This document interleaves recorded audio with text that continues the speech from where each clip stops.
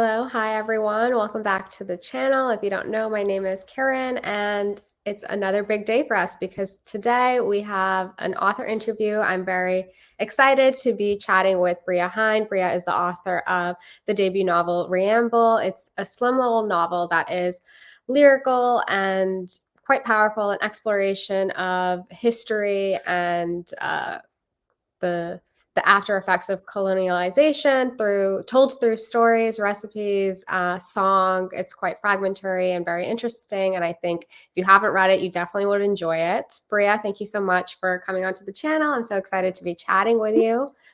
To kick things off, I really want to take a step back and get into the process of writing Riambel. I know there was a fast draft, the translation into French. Can you take us back in time and start with the genesis of the book? So thanks a lot for having me. It's a real pleasure being here and to chat with you. So the book was conceived, let's say, in Germany while I was still living there. It was during the Black Lives Matter movement after the brutal murder of Floyd. And this upset me so much, what was going on around the world and the discussions I was hearing, especially in Germany, and how people were reacting to it. I was quite shocked as well by some of the conversations I was hearing around me. I was living in a rather conservative area in Germany. And I remember wanting to talk about racism during that time and how discouraged I was. As a woman immigrant, I was told that I shouldn't be complaining. So I thought, okay, if I can't talk about it, at least I can try and write about it. And I was so angry that I sat down one long weekend in Germany in my attic during the pandemic and just wrote the first draft of the book, night and day for about 5 days. and it felt really, really, really good. And I felt so relieved. I was tired, absolutely tired, but it felt good that I just wrote in a way that I hadn't written before, unfiltered.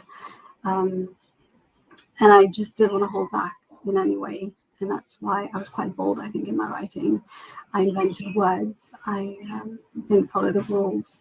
I don't use quotation marks, for instance. I write 5 words and call it a chapter, or lots of crazy things. And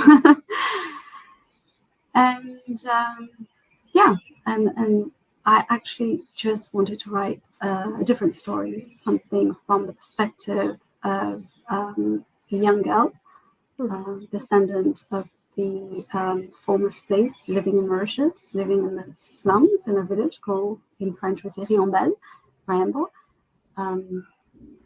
And it was very important for me to write from that perspective because I was really tired of hearing one side of the story, let's put it that way. And I just wanted to do something different and create this personality who would tell her story from her point of view. So that's basically it. Yeah, definitely. I'm really fascinated that you had such a fast first draft, about 5 days, and it seems like you just put everything out on the pages. How did you then tackle revision? Well, that came much later, but after I'd written, I let it, and I do that with all my writing. Otherwise, I let it rest for a bit, like just try and not think about it and just leave it aside, and then just switch off and do something completely different. And after a while, I don't know, I think for this particular manuscript, maybe a week or so, my husband read it, my daughter read it. She was about the same age as the main character, a teenager back then. And then I like to get their feedback. And then I incorporate their feedback, and I added a lot more flesh to the manuscript, to the people, made it a bit more complex, added more details. And then again, I let it rest, and then I sent it off to my cousin, my cousin who lives in Mauritius as well. Who is also a big reader as well and writer. And he encouraged me to send it off to this competition, and also I was motivated because I really wanted to meet the chair of the prize, the Jean Fanchette Prize, excuse me, the chair's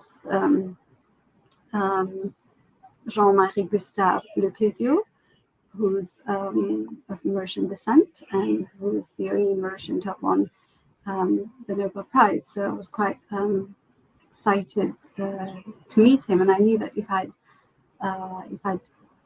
I could participate, if I'd send in my manuscript, the chances of meeting him were quite high, because I knew from previous years that the participants were invited to the ceremony, and I thought, definitely, I'd love to meet this great writer whose work I really admire and I've been reading for years. So there you go.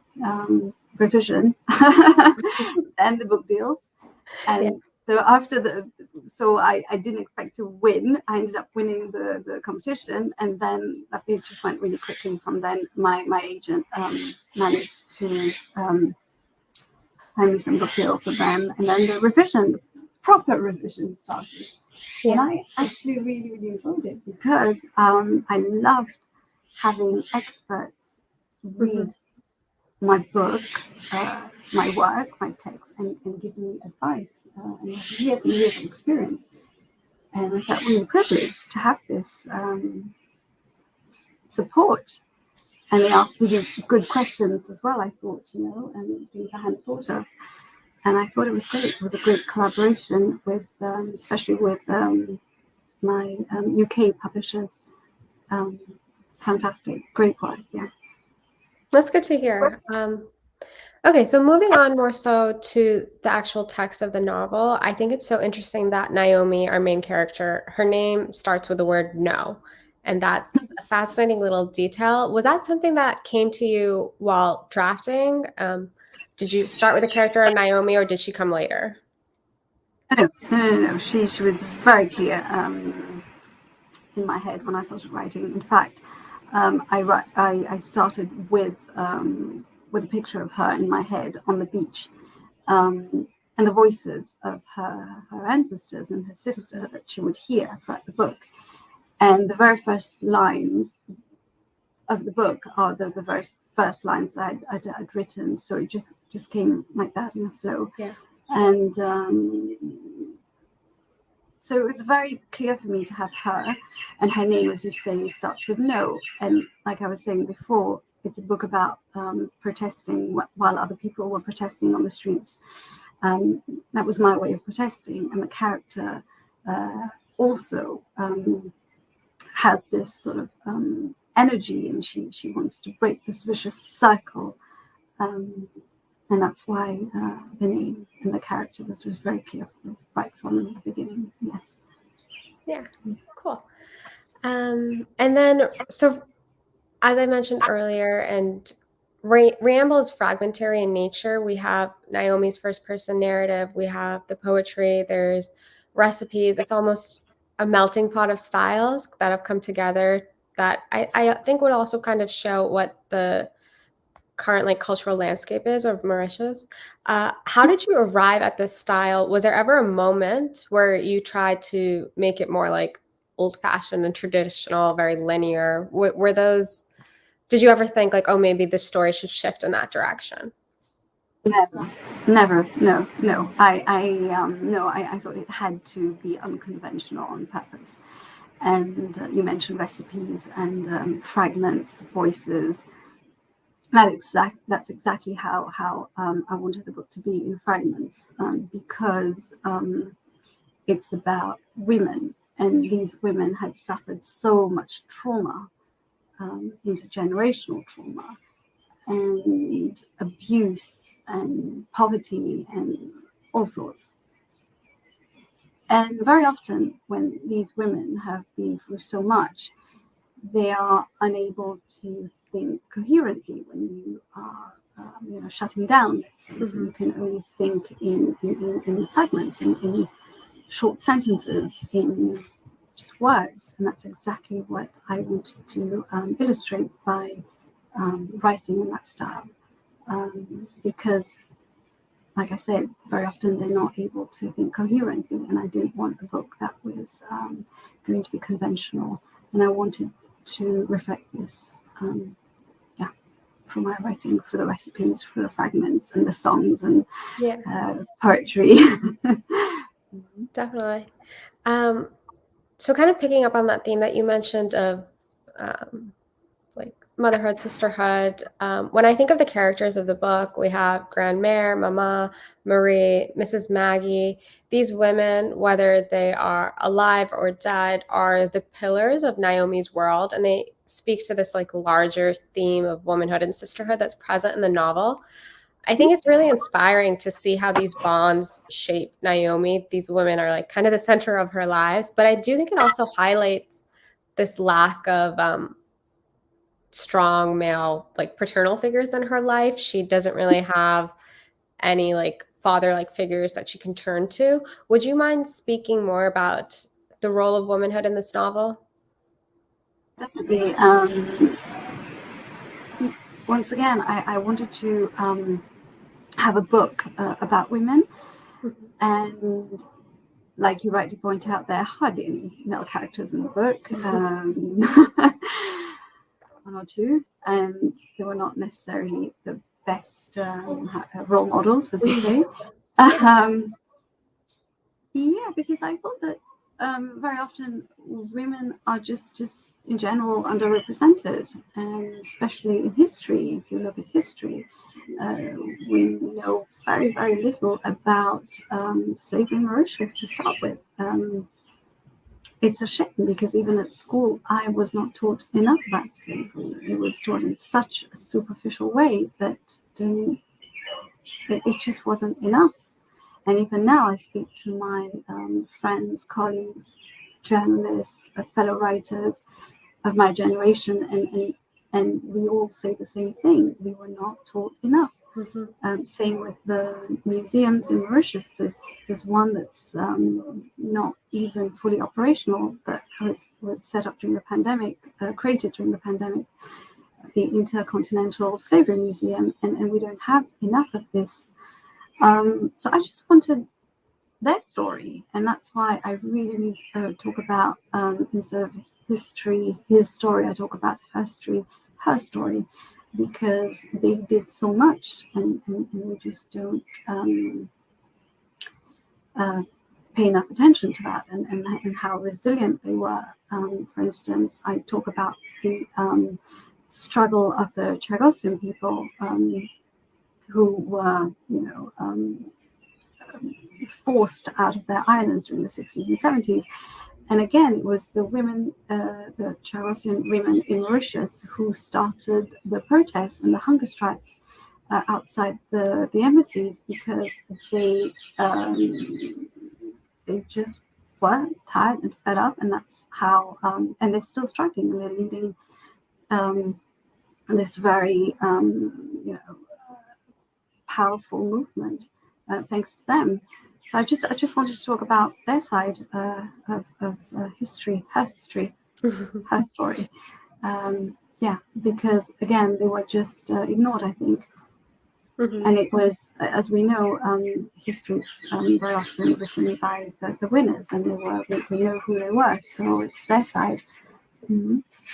Definitely. And so just taking a step back for a second to look at one character in particular, Marie, Naomi's sister. She is a spectral figure in the novel. Naomi is grieving her sister, and she often recalls how Marie would tell her to leave Riambel. She needs to escape. And these memories and little remembrances will never go away. I think in one part, that's kind of the nature of grief. But I do also feel as if Marie's not only the ghost-like sister, but she's also the ghost of history that's hovering over the country's present. How do grief, memory, and the specter of colonialization and slavery come together into this novel? Very good question.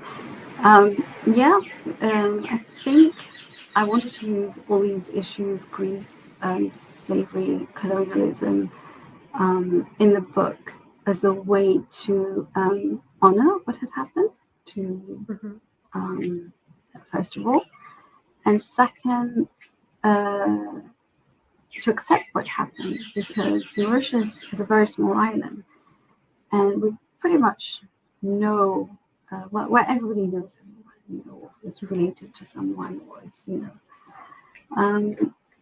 so people are very uncomfortable with what happened here in Mauritius.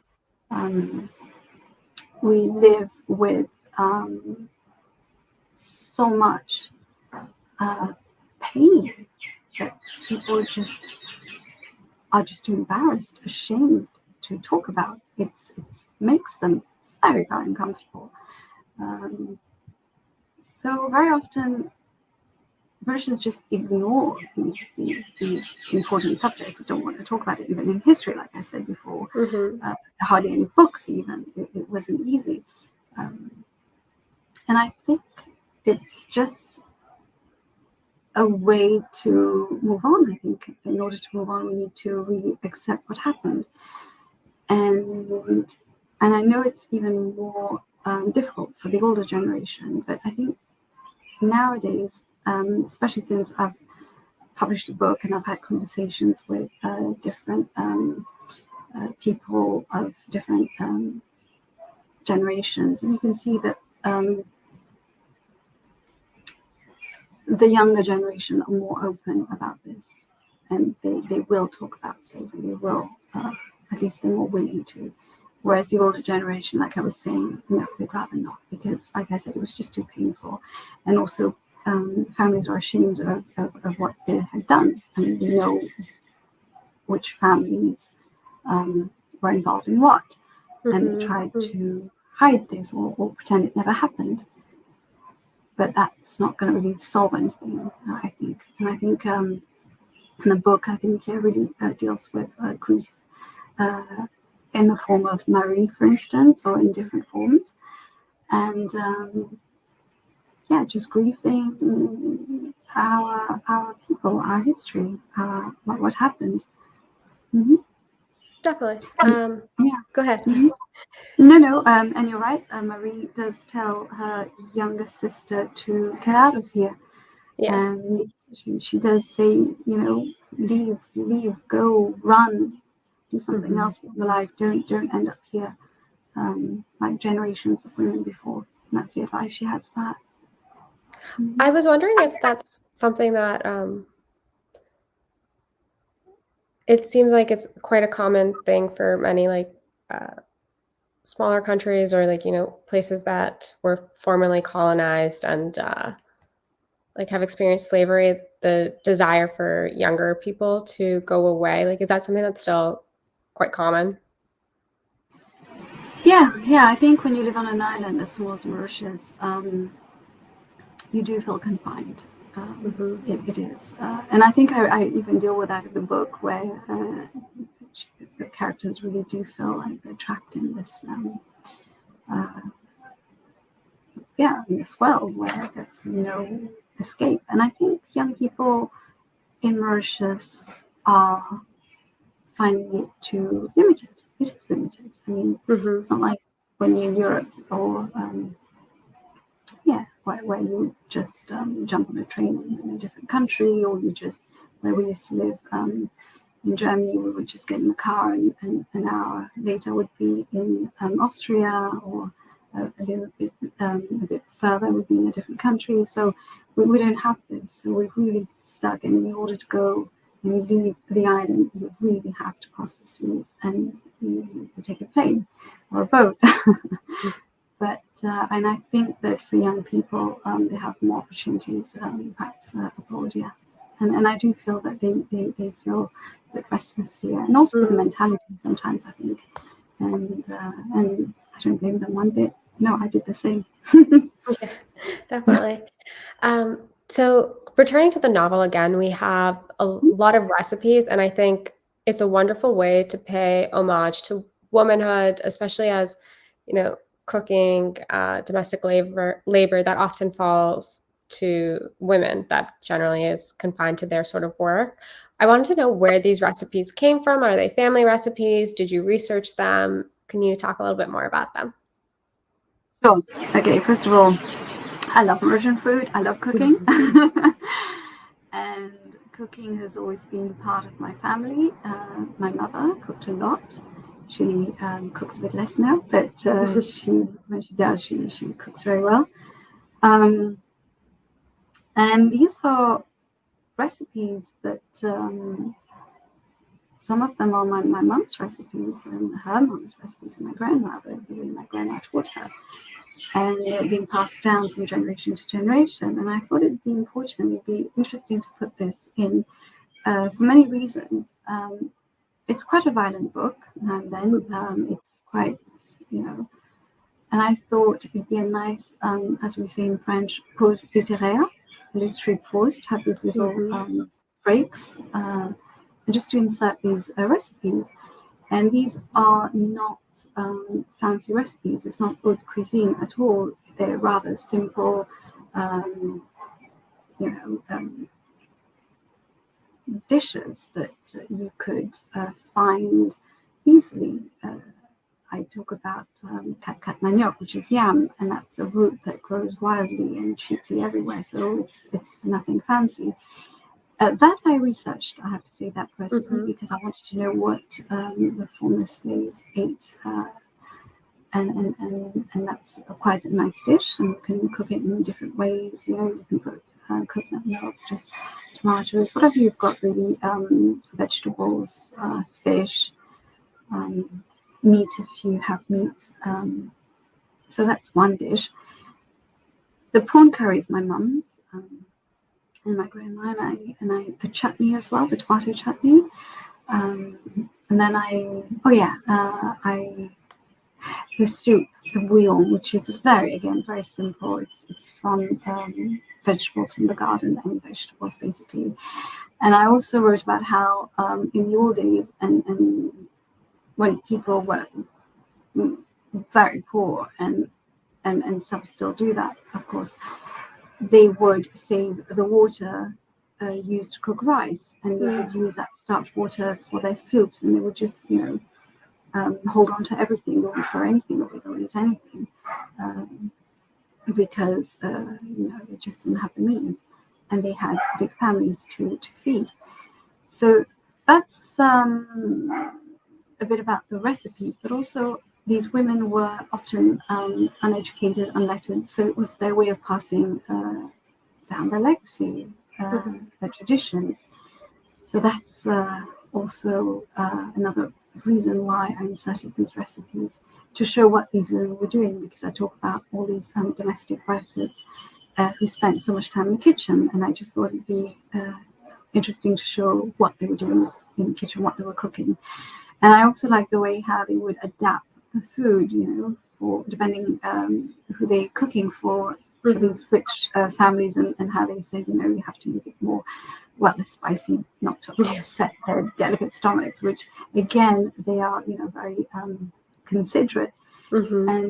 And these women have given so much. They're so generous. They give, and people have just taken everything from them, literally everything, and yet they still give their recipes. And I thought, that's just who they were. And I think that's another reason why I inserted the recipes. Yeah, that makes sense. The recipe sounds really good. I definitely think I need to try them, especially the prawn curry. I think I would really enjoy that. Yeah, it is really yummy. Yeah. Oh, I bet. So I just wanted to know as well, what do people notice, and what do people not notice in Riambel that you wish they would?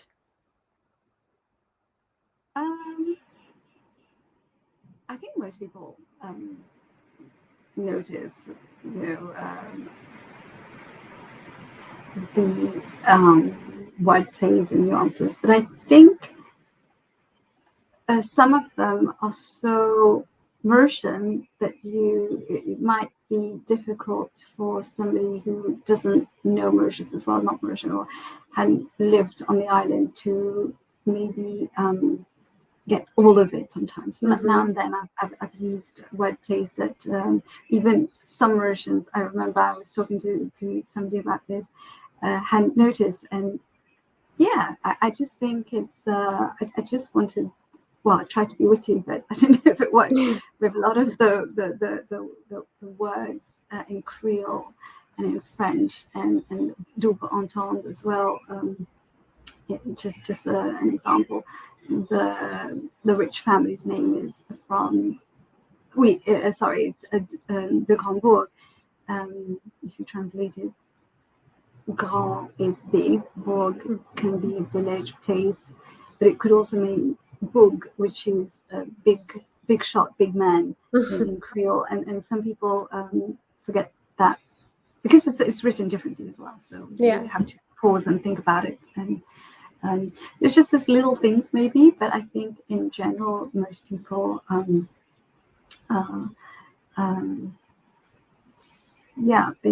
they see all what I was trying to do with the book. Yes, and I think some people even read it differently, and that I love. I love it. I love it when I have a reader who would come to me and say, "Oh, did you do this because of this?" And then I'm thinking, "Oh my gosh, I hadn't even thought of that." But I'm so glad that you thought of it that way, or that you reached out to me to tell me this. And I find that fascinating because everybody has their own interpretation of it. And I might have meant it in one way, and then suddenly it's meant in a different way, but nice, positive way. And I'm always pleasantly surprised to hear how people see it differently or interpret things differently nicely. Yeah, it's nice. Mm-hmm. Definitely. And then before we switch gears a little bit, I would love to end our discussion about the novel with a question. If you could only use 3 words to describe the book, what would they be? 3 words to describe the book. Probably something like behind the postcard.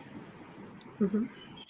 Because it really tells the story behind the glossy brochures that we are used to seeing, or the glossy images and pictures that we see on the internet. If you Google Mauritius, it's the number 1 holiday destination for tourists from Europe, especially. And of course, it is beautiful. There is gorgeous beaches, landscapes, mountains, very lush, clear blue lagoons, white sandy beaches.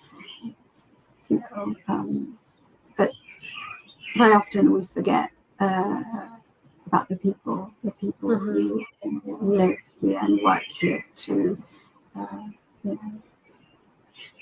provide for these tourists in service. So yeah, I wanted to write about that, and I really think people don't necessarily think of the story I've written, for instance, when they think of Mauritius, because that's not the first thing that comes to mind, I think. Yeah. Mm-hmm. Definitely. I think behind the postcard is perfect. I think it's really good. Okay, so when did you realize that you were a writer? It took me a long time to call myself a writer, because I always feel like I'm an imposter. I always need validation, but that's just me. I've been writing for a long time, even as a child. When I was maybe 10, 11, I'd be writing stories just to entertain myself, just to make up stories, because the holidays were long, and and I would read all the books, and books were not easily available. They were very expensive in Mauritius. So I ended up writing stories of my own, especially also because I didn't really see myself in those books, all girls like me. We had books from Europe imported, gorgeous books, lovely. I had so much fun reading them, Famous Five, or all sorts of French books as well that I loved, Ottessa Moshfegh, etc.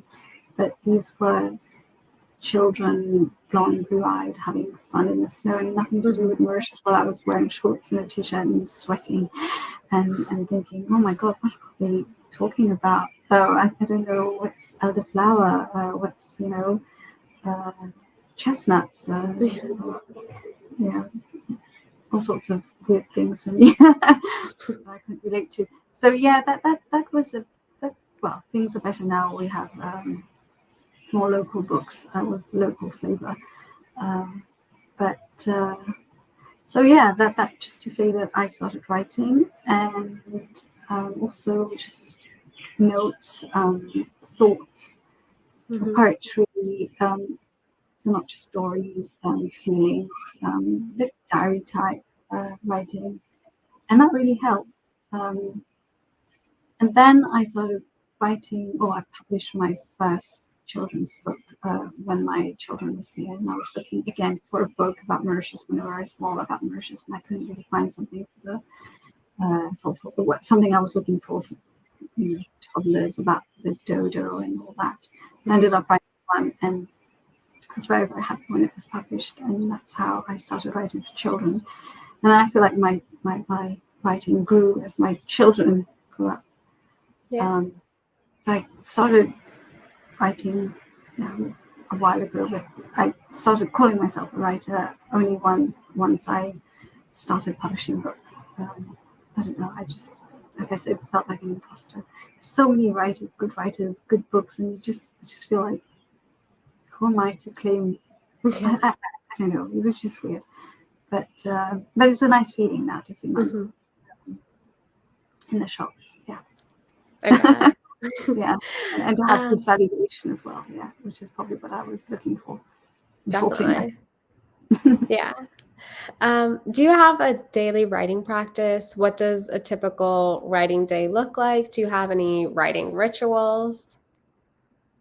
No, I don't. Not disciplined one bit. No, not at all. I write when I'm inspired to write. I try to write as much as I can, as often as I can, but it doesn't always happen. I don't like to force it. And when I write, I like to have some space. Well, it's not always easy, but I really try. And I envy writer friends who say they can write in cafes, and I can't. I get too distracted. Although I do like reading in public places. I always travel with a book. I always have a book or two in my bag. I feel very.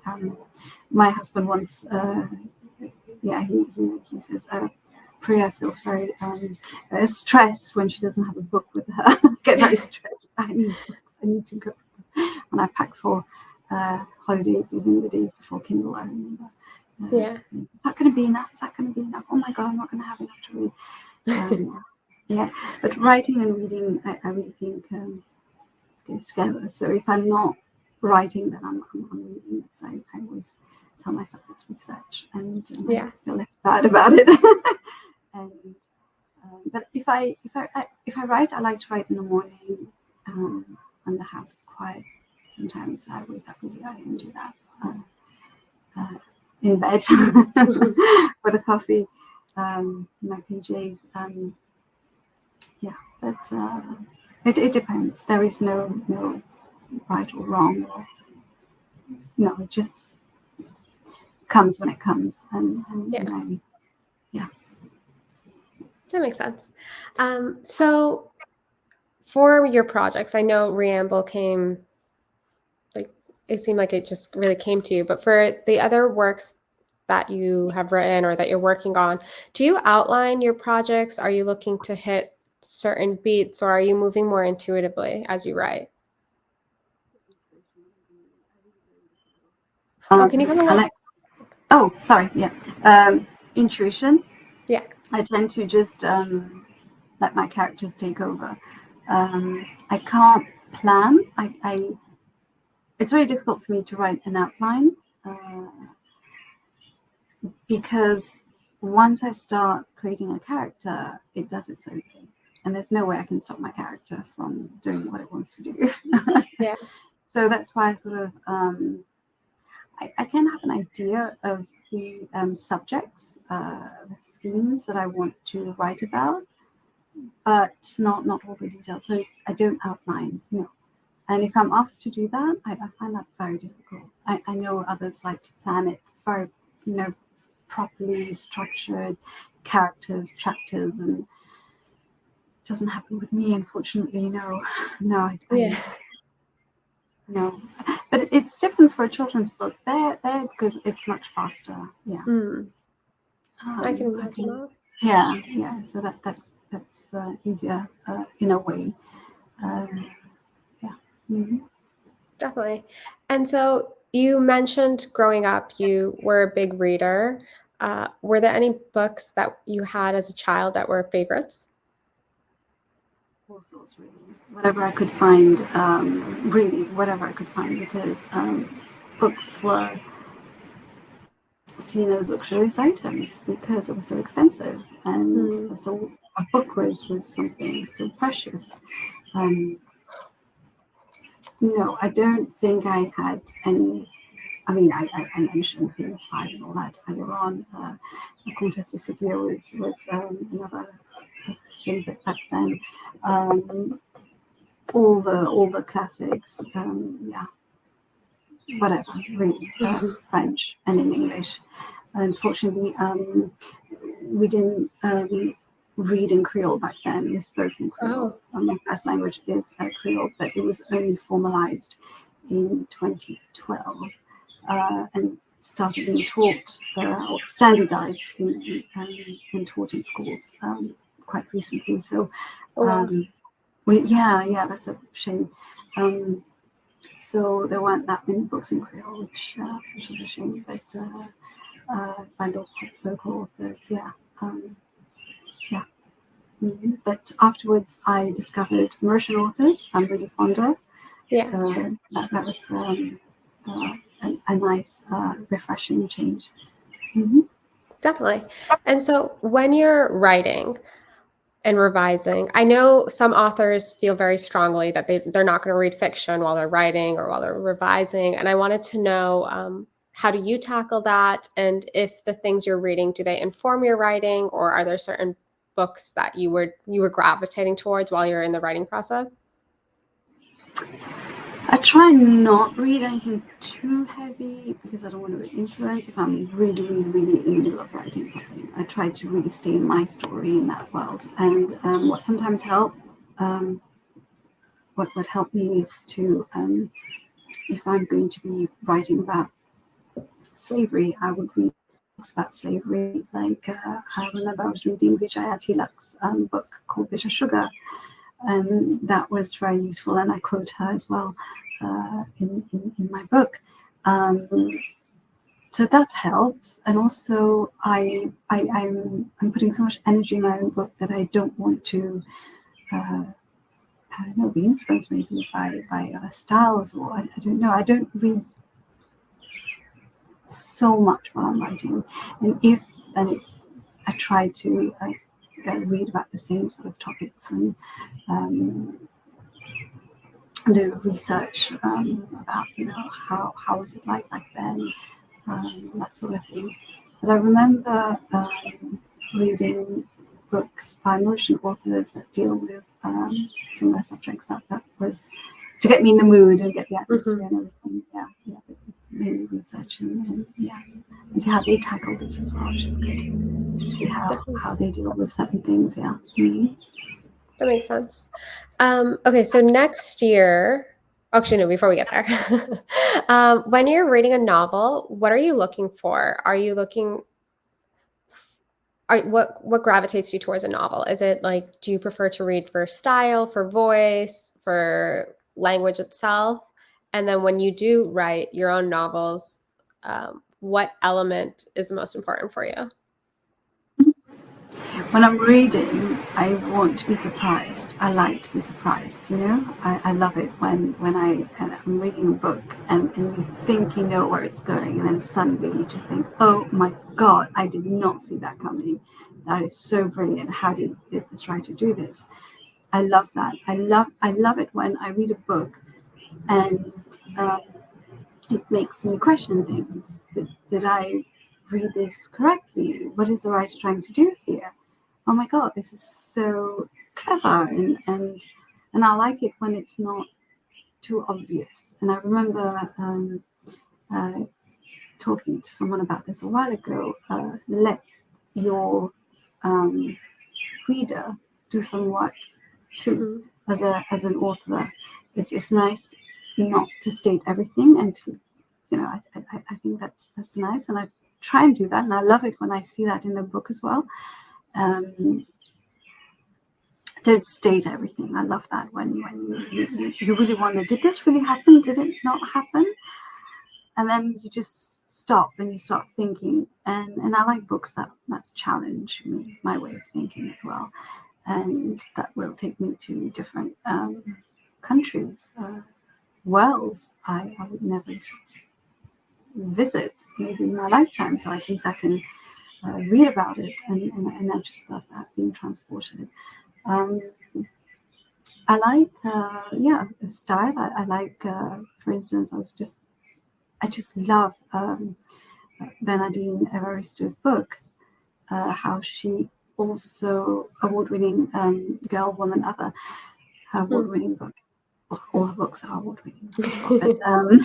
But it was just, I loved it, and how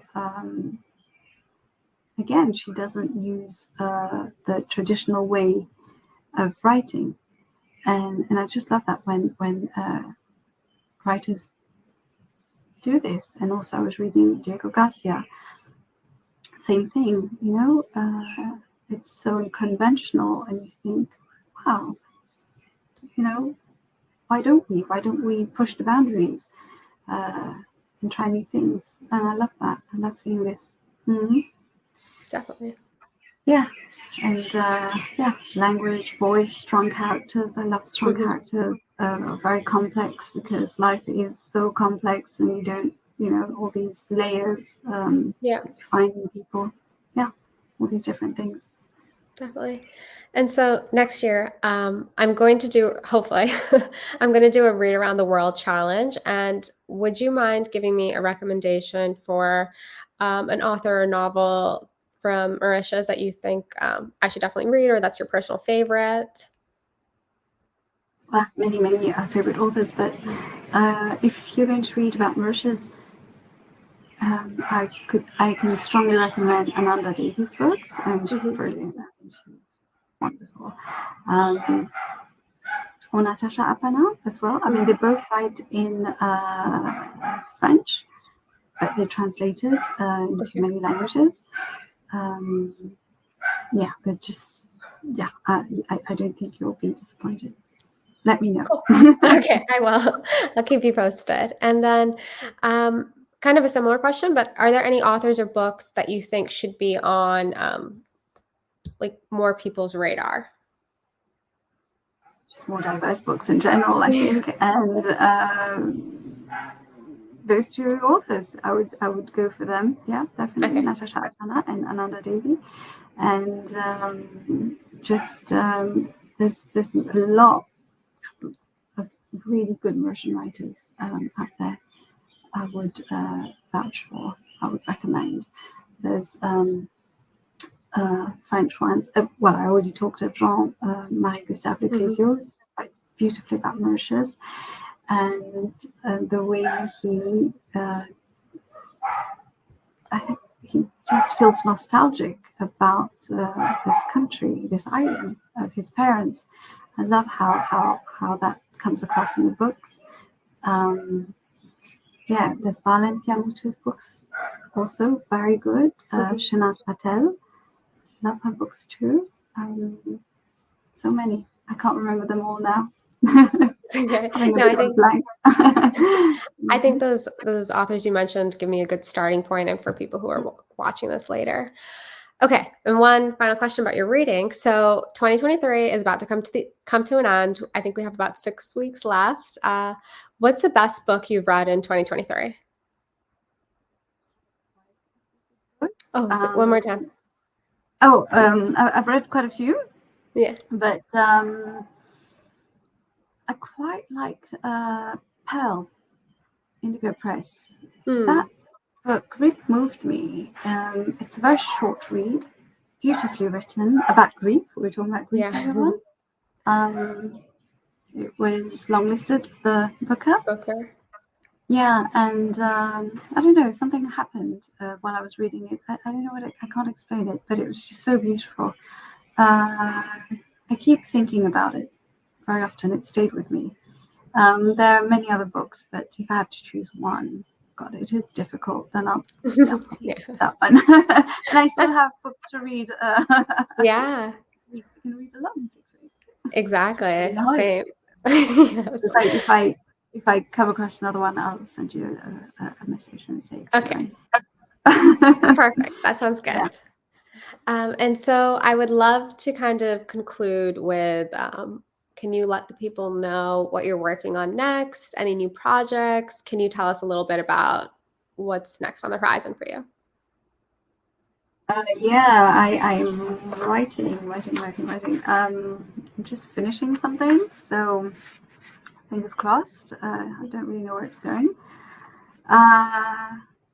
There are other things I'm working on, but it's probably too early to talk about these projects. But I am writing something that takes place in Mauritius and London, and it's about this woman who is on the verge of a nervous breakdown, and she sort of revisits her past, and it's nothing like my debut, nothing at all. The writing, the characters, the themes, so it's very different and much longer, I think. Yes, it is much longer. And let's see Awesome.